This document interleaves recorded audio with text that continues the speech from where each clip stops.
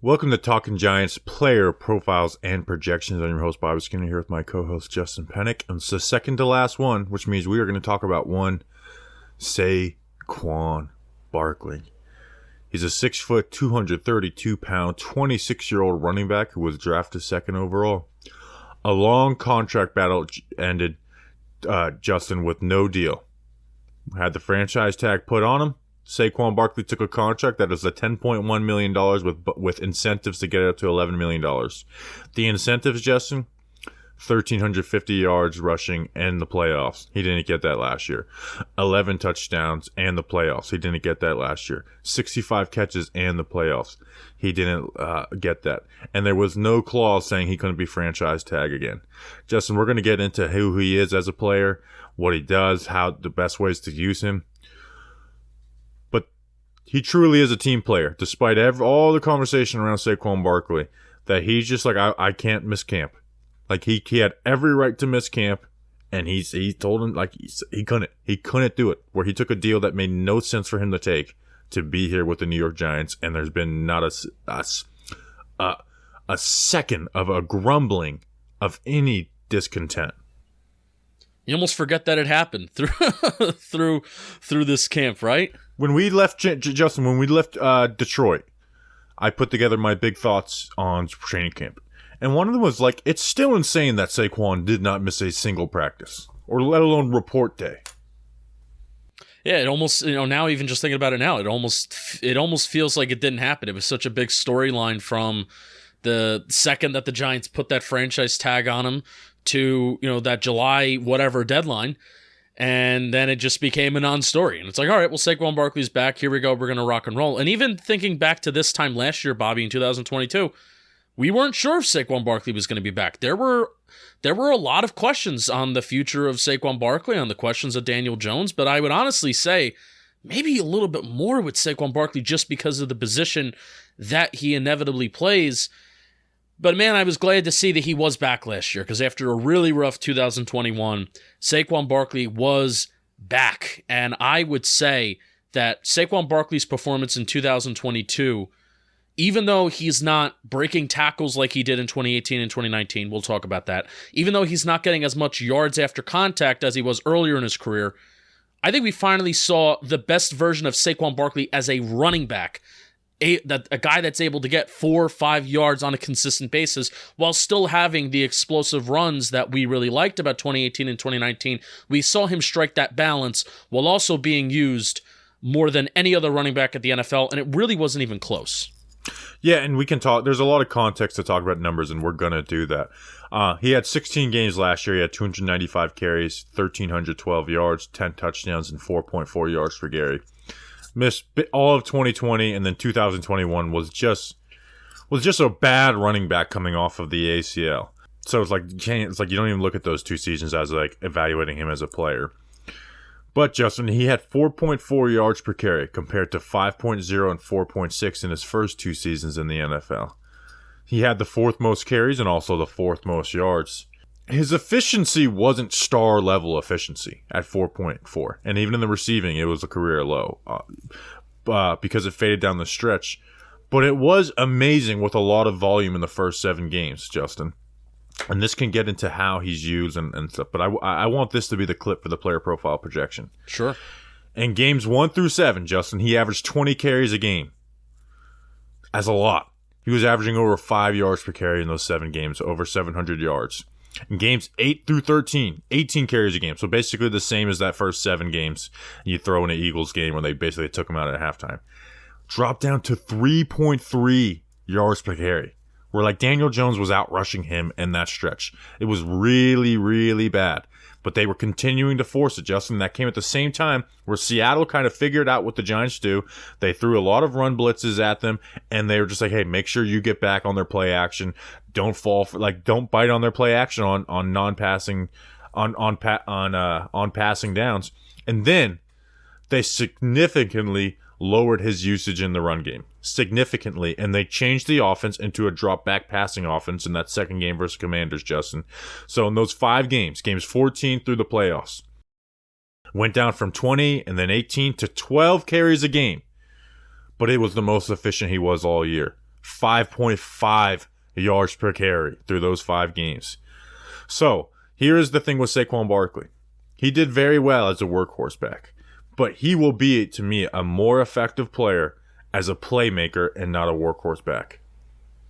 Can I tell you something that's crazy? And we talked about this in the season as well.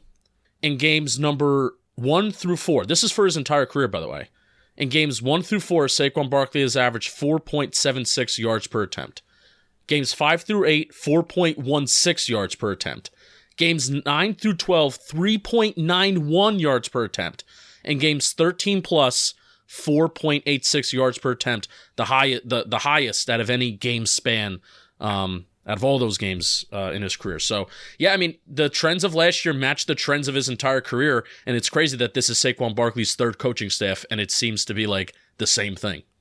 Yeah, and listen, he was dealing with a shoulder injury, but also it was the way teams were playing the Giants, where it wasn't like all out selling for the run, but it was just like they were throwing a lot of different run fits at the Giants and were not biting on their play action as much, right? There was like, the Giants were play actioning on like 2nd and 13 and stuff, and they got by with that the first 7 games, but then they stopped. It stopped. Teams kind of figured it out. Yeah, for sure. Saquon Barkley led the NFL in total touches last year at 352. He led all running backs in snaps at 826, and he had a snap share of 80.5%. And he led the NFL in total touches and led all running backs in snaps despite not playing the final game of the season. So that's crazy how much he played. He was back to being an explosive running back, which is really cool. His 20-plus yard explosive run rate last year was 3%. That was the 3rd lowest of his career, but in 2021 it was 1.8. 2019, 3.6. 2018, 6.1, which is insane. 2018 was insane. But what was really high and what was nice is the runs of 10-plus yards. 10.8% last year. He had 32 runs of 10-plus yards last year, whereas 2019, it was 12.4, 2018, 11.8. So the runs of 10-plus yards is where Saquon Barkley was closest to the 2019 and 2018 self, and that does leave a little bit of room for argument of, hey, maybe Saquon Barkley isn't as explosive to get the 20-plus yard runs as he was in 2018 and 2019, which I think that's valid. It is valid. I mean, Justin, there's just go back and watch 2018, 2019 Saquon Barkley, even like with the ankle injury that second year. And it was just consistently amazing. Like just like best running back shit we've ever seen in our lives. Like it was unreal to watch on a week in, week out basis. Even despite the fact that, you know, the team sucked, it was like this guy is doing special things on a week in, week out basis. Where this past season he's been a really good back, but he wasn't doing the special types of things for most of the season outside of the beginning. You know, he still is amazing in the ability to, you know, cut and break tackles and stuff, but it just was not at that. Like he had set a standard that's almost unreachable those first 2 seasons. Yeah.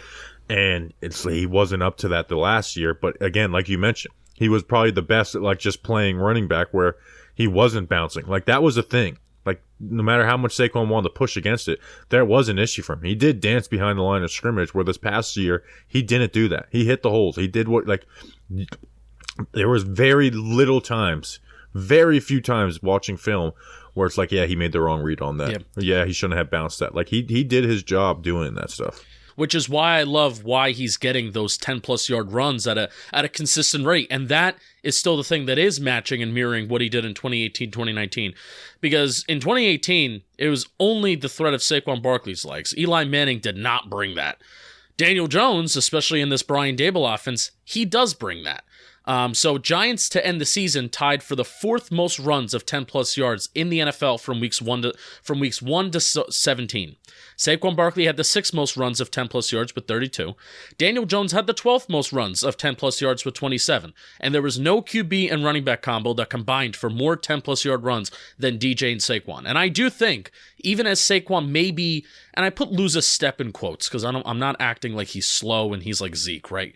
But even as Saquon is not matching the 2018-2019 athletic freak performances, I think having Daniel Jones as a threat back there does help and will help Saquon Barkley stay efficient and remain efficient. Do you agree?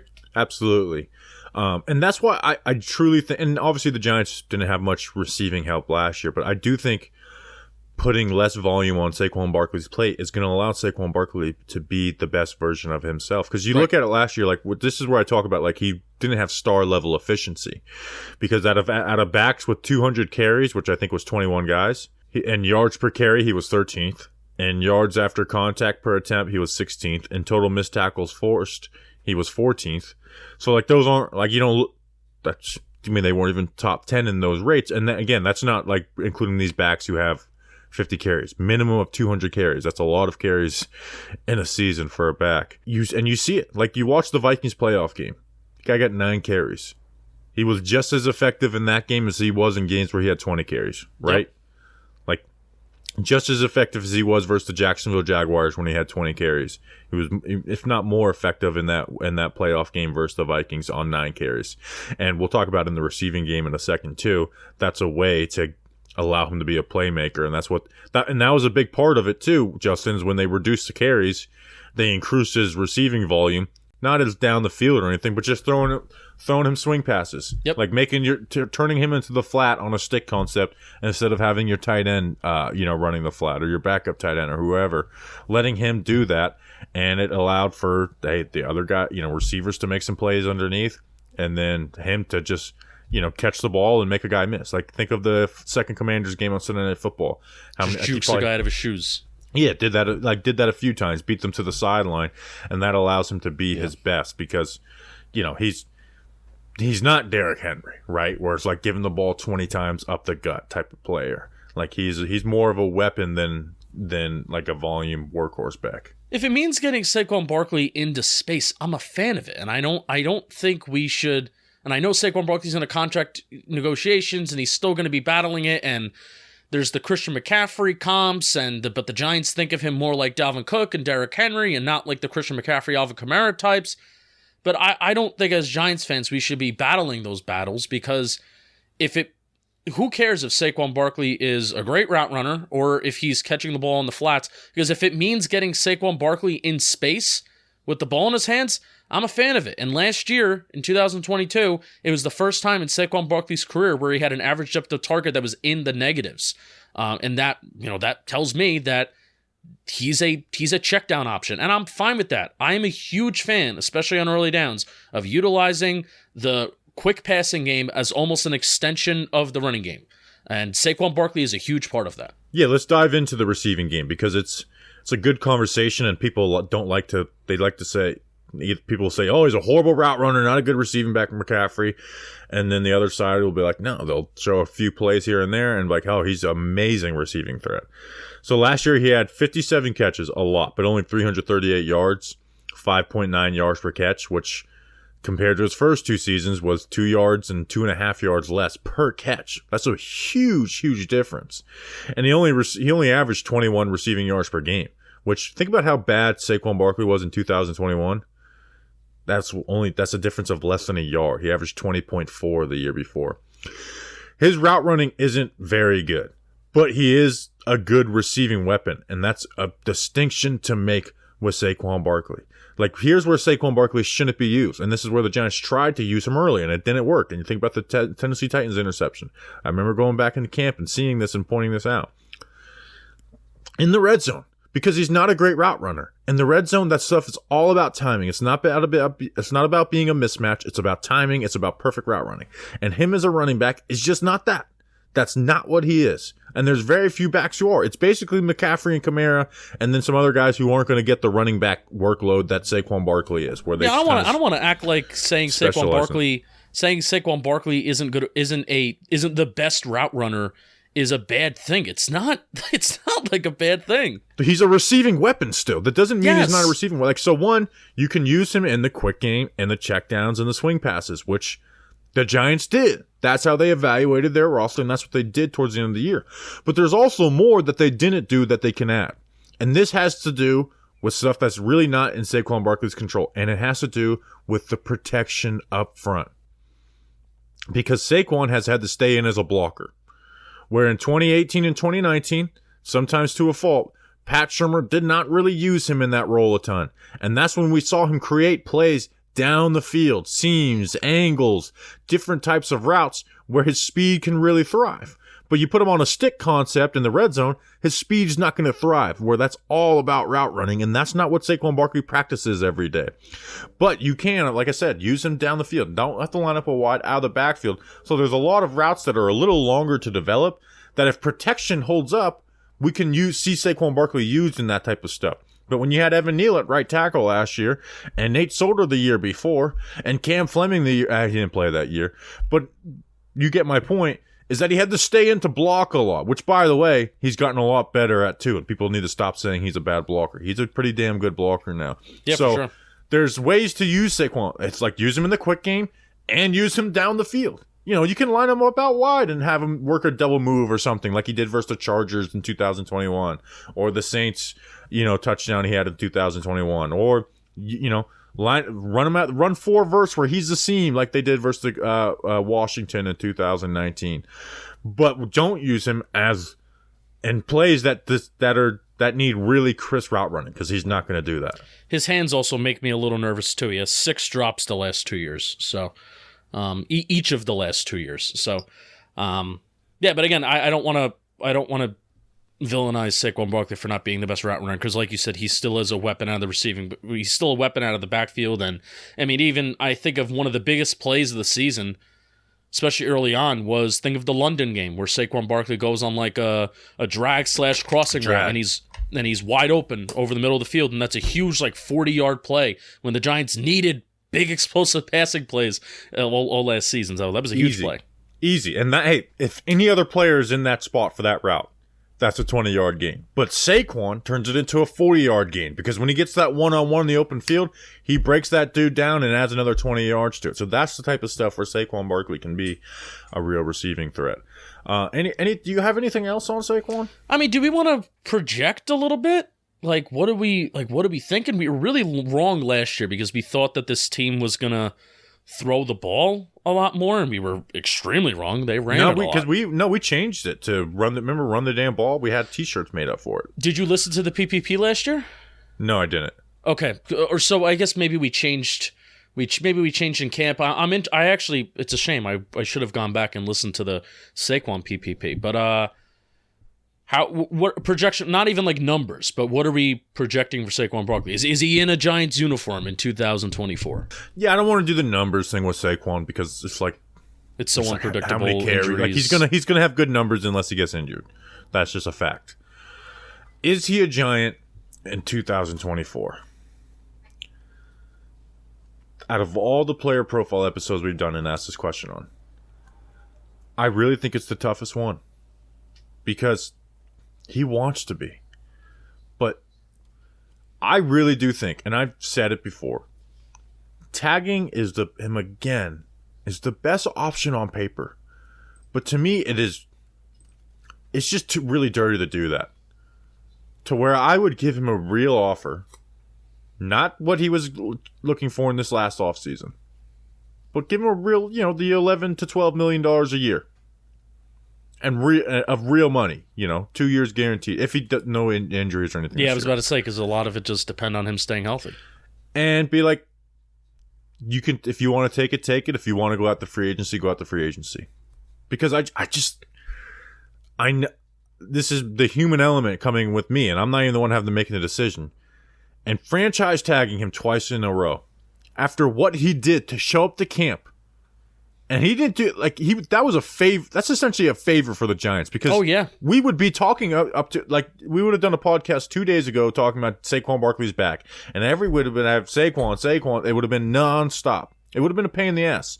I don't think it's a pain in the ass that wasn't worth franchise tagging, but it would have been a pain in the ass. And he stopped that from happening to doing it to him again.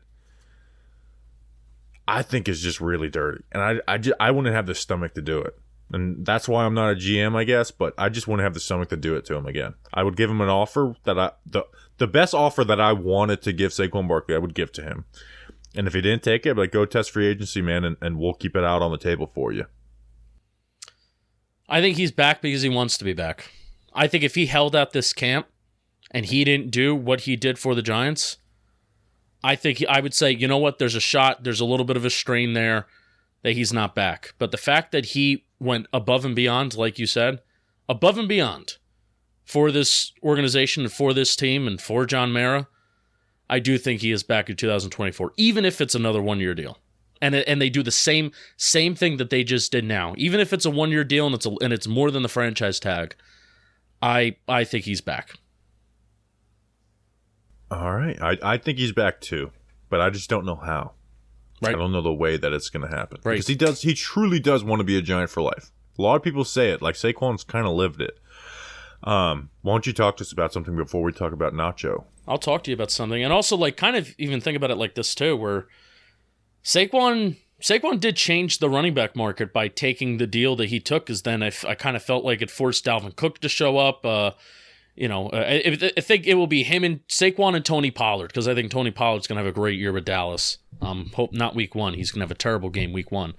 But Tony Pollard's going to have a great year with Dallas. I think it will be him and Saquon Barkley that will really kind of possibly decide the fate of the running backs. So wear that on your sleeve, Saquon Barkley. Carry that weight.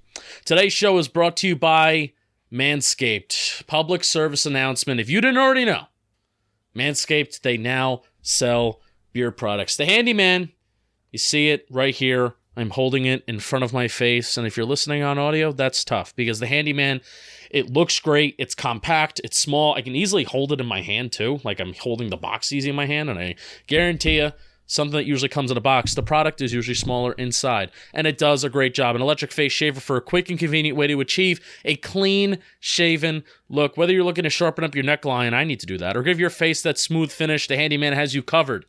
Get 20% off and free shipping with the code GIANTS at manscaped.com. That's 20% off with free shipping at manscaped.com when you use code GIANTS. Hit the refresh button with Manscaped. Bobby Skinner, you'll be glad you did. Saquon Barkley, it took him about 4 years to actually fully grow. You know how there was a space in between his like at the bottom of his chin, there was a space, the patch.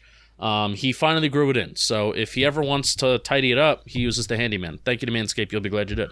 All right, now let's do the shortest player profile of the season. Rakeem Nunez-Roches, 6'2", 307-pound, 30 years old, defensive tackle. Signed a 3-year, $12 million deal with $7.4 million guaranteed. Had 33 tackles and 5 tackles for a loss last year for the Tampa Bay Buccaneers. Justin, he's an athletic run defender who fires into the chest of offensive linemen, and he understands his role, and that is a run defending defensive tackle. Yeah, for sure. This guy with a high motor, he plays to the whistle. The best news about Nacho is he will not be as much of a liability against the run as Justin Ellis and Danny Shelton is. And oh boy, I certainly hope. Pass. What was that? He won't be the liability against the pass? No, against the run. He won't be a liability against the run. Oh, yeah, he's good against the run. Yeah, that's what I'm saying. Like that's the hope, that he won't be as much as those guys, because we'll talk about this. When Dexter Lawrence is off the field, the Giants' defense averaged 6.86 yards per carry allowed. When Leonard Williams was off the field, the Giants' defense averaged 5.47 yards per carry allowed. And when Nacho was on the field, odds are it's going to be on first and second down. 56.5% of Tampa Bay's first downs, Nacho was on the field. 53.7% of Tampa's second down snaps, Nacho was on the field. So when Nacho's going to be on the field, his main responsibility is try and make sure that the team doesn't average 5-6 yards per carry. That's your main responsibility. He is a first and second down player only. Like, there's just very little pass rush success with not much hand moves. And like even in the run game, he doesn't have these quick initial wins. He's kind of got average get off, and he just doesn't have like these hand moves that he works. Like, he knows what his role is. Like, plug up gaps, 2 gap. So he just doesn't bring you much as a pass rusher, but he is a run defender who knows that he's a run defender. He had 20 run stops last year, which would have been third on the team last year for the Giants, after Dex and Jalen Smith. And I know you say people cringe when they say Jalen Smith, but he was the starting linebacker, so he's going to be up there on the team. And like you said, that was as a rotational player for Tampa Bay. He's just, like I said, he fires into the chest of offensive linemen, and he steers blocks, right? Like, there's a play versus Lamar where they're doing this read option, and with Lamar holds that thing in there, and he holds it, and then he'll pull it. And he just gets on that offensive lineman from the Raven. I think it was Ben Powers, and he's just steering him. Where Lamar's jumping one way, he steers him the one way. Yeah, Lamar jumps the other way, he steers in there. So, and he's also just got a very good eye for gap runs to be able to jump gaps and shed blocks to, like the gap runs when teams are pulling at you. What they're trying to do is create like angles and create new gaps, and bad teams against that aren't able to jump into those gaps. Like you kind of got to change your responsibility, and Nacho's got a good eye for that. Yeah, for sure. I have a little film note. I guess he's going to cause chaos when linemen are asked to reach block on him. And I'm also really happy with this signing I was happy with the signing at the time because this is one that national media people hyped up as an underrated one. Where sometimes that didn't happen. Like this is a guy that he's signed for a lot more years than you would think. But a smaller signing that maybe some national people wouldn't hype up and maybe local fans would, but I feel like from the reaction, I feel like some national people maybe hyped it more up than Giants fans did, which is, I guess, a kind of cool thing. He was the first player signed of free agency this year. He was. He was the first player that on my free agency notes from this past year. Yep. All right, Justin. Anything else? He has some spunk in his personality, which this regime seems to take into account. He's a vibes guy. He's a locker room guy, joining the likes of Jihad Ward, Sterling Shepard, and Nacho. Like probably maybe three of the biggest personalities on the team. Welcome, Nacho. Welcome, Nacho. All right, we appreciate you guys. Tomorrow, one more, the Daniel Jones player profile and projection. We'll see you then. Until then, let's go Big Blue.